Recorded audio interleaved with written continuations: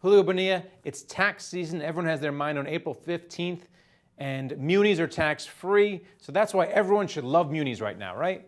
Absolutely. And I'll tell you that the vast majority of the owners of municipal bonds are retail investors, and retail investors do not like paying taxes.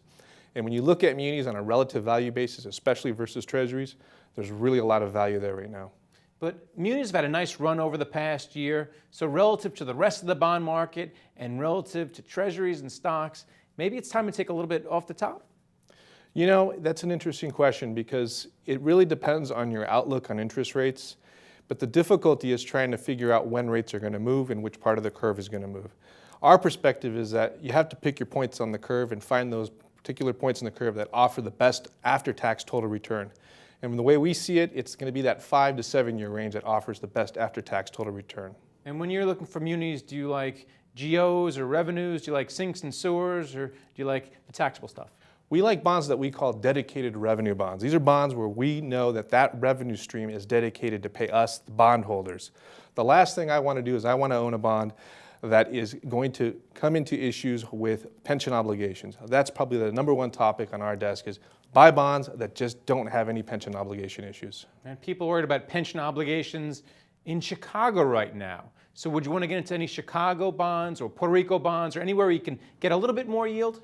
I think there's opportunities out there to buy bonds that are guilty by association that have absolutely nothing to do with those financial issues that are faced by Chicago or Puerto Rico.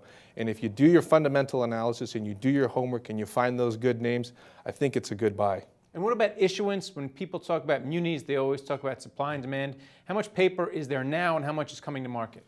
That's a great question. A lot of people look at it from the gross issuance, the absolute number of how many bonds are being issued. The way we view it is it's a function of net issuance. How many bonds are maturing?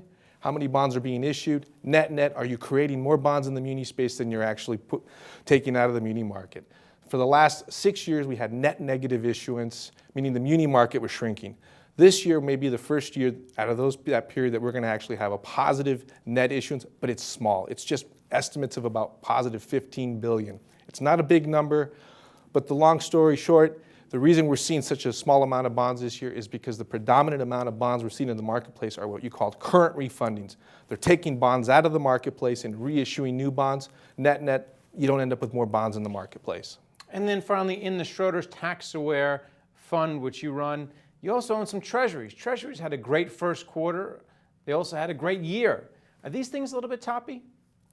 When we look at the market, we look at it relative to all the other opportunity sets that we have for this fund on an after-tax total return basis.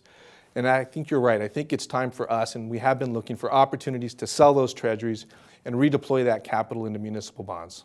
All right. Thanks a lot, Julio. Thank you. Thank you for watching The Street.